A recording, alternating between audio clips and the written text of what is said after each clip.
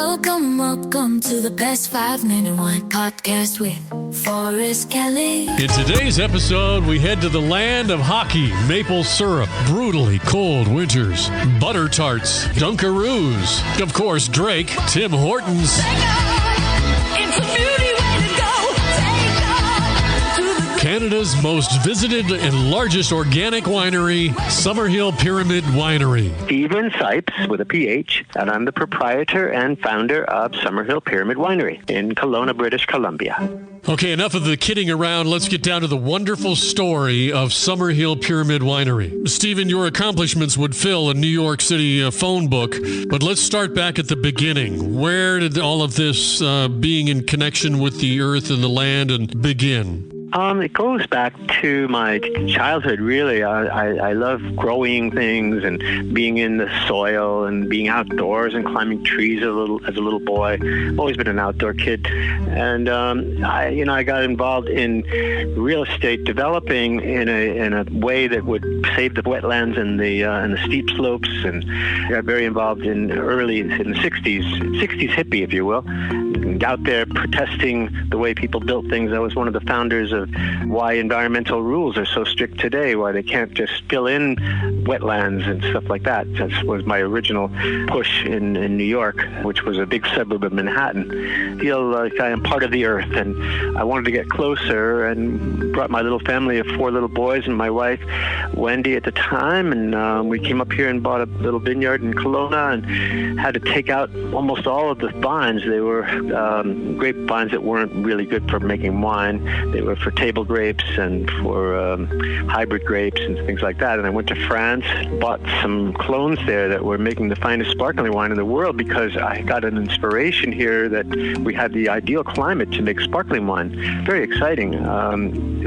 Sparkling wine is made all over the world, but it's most famous, of course, in Champagne. Sparkling wine is the same thing as champagne. It's just that if it's not from Champagne, it can't be called champagne? That's correct, especially if you make it in the traditional way, which is to use the 3 grapes that you must use in Champagne in order for it to be called champagne, which are Pinot Noir, Pinot Meunier, and Chardonnay in any given amount. You can even have it 2% Pinot Meunier. It doesn't matter as long as you have all 3. Here, we don't call it champagne because we're not allowed to, and they strictly enforce that. But we actually won the most prestigious award in the world in France, best sparkling wine in the world. They couldn't believe it, from a little place in an unknown wine region like Kelowna, British Columbia. Who would have thunk it? Those are the vines that you, when you went to France, that you procured and brought planted back. Yes. One of the biggest reasons is that if you have intensely flavored grapes, they will hold their flavor through the second fermentation in the bottle. And we here in the Okanagan have a very dry climate. It's called a semi-desert. And this low rainfall, if we growers keep the irrigation off, really, we get these intensely flavored grapes that make the base wine that will hold the flavor through the second fermentation in the bottle. And that's just been winning awards all over the world. In fact, when we first introduced our Sipes Brut in New York, where I'm from, it got rave reviews in the New York Times, the Wall Street Journal, and led me to Ron magazine, and oh gosh, it was a hit. And it was all sold out here at home because we got such great notoriety in New York. And the awards just keep coming. I understand you are home to the most awarded wine in Canada? Yes. We also have abundance of Riesling, and the Riesling here is extremely tasty and makes wonderful sparkling wine. And our biggest seller is the Riesling-based sparkling wine called Sipes Brut, which does have Chardonnay in it as well.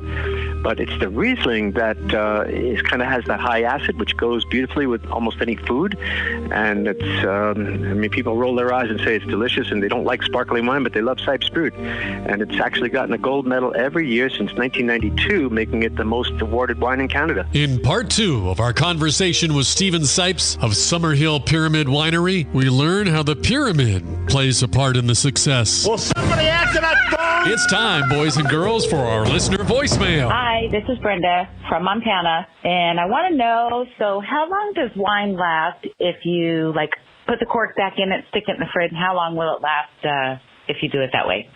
Anyways, thanks for your information. Bye. Good question, Brenda. Well, the experts seem to agree that go ahead, stick the cork back in the bottle. That's a great way to do it. Plus, it's economical. 2 months would be about as far as you'd want to push it. We continue our conversation with Stephen Sipes, proprietor of Summerhill Pyramid Winery. And I'm not asking for the secret sauce here. What do you feel attributes to all of the awards that you get for your winemaking? Yes, it's a combination of things that we do. First of all, and most importantly, the grapes are grown organically and biodynamically, and we actually process the wine in a certified organic cellar as well. What does that mean, bio? So everything what does that mean, bio? Biodynamic is a term you can use if you get a Demeter certification out of Germany, which is the highest way to get an organic certification. Like, it's the biggest test, and everything is done by Rudolf Steiner, who is the founder of Demeter and biodynamics, really. And he specifies when you can plant by the moon and when you harvest, and you put in making a tea from the rotten grapes from last year, and everything is composted, compost tea. There's a lot of things that you need to do, and be one with your plants. Is really, at the end of the day, it's about nature and communication with man. It's a wonderful man and nature co-venture, I call it. Going through those two processes sounds very complex in themselves, let alone having to do two of those, and yet you decided to add another element to try to raise wine to its highest form? And we took it to another process as well, and we built a sacred geometry chamber to put the wines in for the marriage period, from dosaging to going onto the shelf. So when you make sparkling wine, as most people do know, you make a base wine like any other wine, and then you put that base wine in a bottle that is thick and can handle the pressure, and you add yeast and sugar and re-ferment it in that bottle again. And it lays on the dead yeast cells, the lees, for 18 months to 15 years. And each year, depending on what kind of grapes you have it made out of, produces more of the subtle flavors and nuances that you get out of fine sparkling wine. And then you wake up the bottle by riddling it and getting the dead yeast cells out of it, and then you dosage it with a little sweet reserve, because the yeast has eaten all of the sugar. So it's bone dry. Most people can't handle it that way.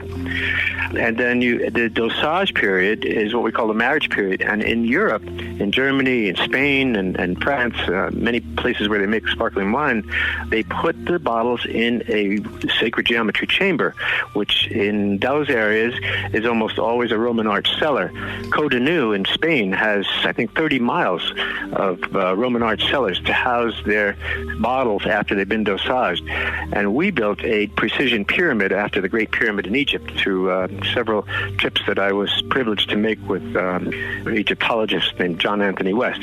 So we did a precision pyramid, and we put all our wines now into that pyramid, which makes them, again, with a tiny winery, we're only 30,000 cases a year, and yet we win a huge amount of awards every year with our wine. People love the flavors of the organic wine, and the pyramid adds a dimension to it as well. Well, listening to the details that you put into every single process of what you do, I can only imagine the painstaking details you went in to recreate the pyramid. We made it out of poured concrete, which has fiberglass rebar, because we didn't want to use any ferrous metals, and reorient the building back to magnetic north. It's oriented to true north, just as the Great Pyramid is. So we followed the Great Pyramid in every respect, and we did everything with fused stone, because the whole pyramid there is a fused stone structure. Very rare and magnificent in so many ways. It's unbelievable. I have a book out called All One Era on Amazon.com, and it goes into all these details. So, and our website has a good detail on the pyramid as well. Will somebody answer that phone? It's time, boys and girls, for our listener voicemail. Hi, my name is Junie from Atlanta, and my question is, what kind of wine do you recommend for marinating red meat? If you'd like to stay consistent in your cooking skills, use the same wine that you're going to drink for dinner as the marinade. So if you're going to drink an expensive wine for dinner, keep that in mind, that you're going to have to use it to marinate as well. Me, personally, I'd use $2 chuck on chuck steak. Thank you. We continue our conversation with Stephen Sipes, proprietor of Summerhill Pyramid Winery in British Columbia, Canada. Well, we started out of our little garage making wine in 1990, 91, and we introduced the Sipes Brut in December 91, so right in the beginning of 92 in New York City, to great reviews there, as I mentioned. So our official opening is 92, but we've been making wine since the late 80s, you know. We came here in 1986, my family and I from New York. It's over 30 years now. We're just dedicated to the amazing growing conditions here and the lovely people here. I have to say that British Columbia is a treat to be here. Such lovely, honest, and wonderful people all around us at all times. Our crew, our employees, are like family. It's beautiful. A lot of people join Summerhill because they want to. I even get comments like, Steve, we'd work here if you didn't pay us. We love this place. There's so few things in this world that give us energy. Most things take energy. Yeah. So that's wonderful. Something we learned in a previous episode was that Stephen built a pyramid on the property to incorporate that pyramid into the winemaking process. What I think it is sacred geometry is related to the electrical nature of life itself, and it brings out, I would say it does not make any liquid worse or better, it clarifies it. So if you put a wine in there, for instance, that has flaws in it, it will bring out the flaws and make the wine like cooking wine. You can't drink it. And if it has good qualities, it'll bring out the good qualities. The same with milk or orange juice or any other liquid, and we've proven that time and time again now in the last over 30 years now, and it's very conclusive, and we're very thrilled with the experiments and plan to go on with bigger and better and more experiments to prove the value of sacred geometry on liquids. The size of our pyramid would be the exact size of the capstone on the Great Pyramid. Ironically, we didn't plan it that way, but it just happened to come out to be exactly what the size of the capstone on the pyramid would have been. It's 60 feet square and 4 stories high. Well, being one of the most visited wineries in Canada, I imagine that you've got quite a few employees. Every year we have about 170 employees in the season, and it drops down to about half of that in the shoulder seasons. But of course, with COVID, we're running way below that because most of the weddings have been canceled. You're not allowed to have more than 50 people, and they have to be 6 feet apart. And our Chinese tours that we get every day, busloads of tourists from China are not coming. We're not getting any tourists from the United States. Even our own in Canada are coming much less frequently. So we're way down in visits this year because of COVID. And yet, interestingly, our sales have gone up incredibly because the internet sales, the online sales have been fantastic. I think we had a 1,500% increase over the same months last year. So yeah, people are wanting to buy our wine. It's organic, it's pyramid energized, it's gold medal winning, whatever, and they love the wine, so they don't come and see us anymore. They just order online and we deliver. And a portion of those employees that you just mentioned, looking at the website, your restaurant is just wonderful. A wonderful restaurant. Very proud of that. We have a 200-seat organic restaurant, and catering. We usually do over 100 weddings a year, so we do a lot of food. We at one time were called by the suppliers the biggest outlet in all of Kelowna, which is huge. That means all the hotels and all of the big restaurants and everything. We were the biggest one, Summerhill, because we do a lot of volume in food, and we have a fabulous chef. He's the chef that is the chairman of the Chef Association and the teacher at the school, and everybody really admires him and respects him. He's a pillar in the community, and we're very proud to have him. That's in Jeremy?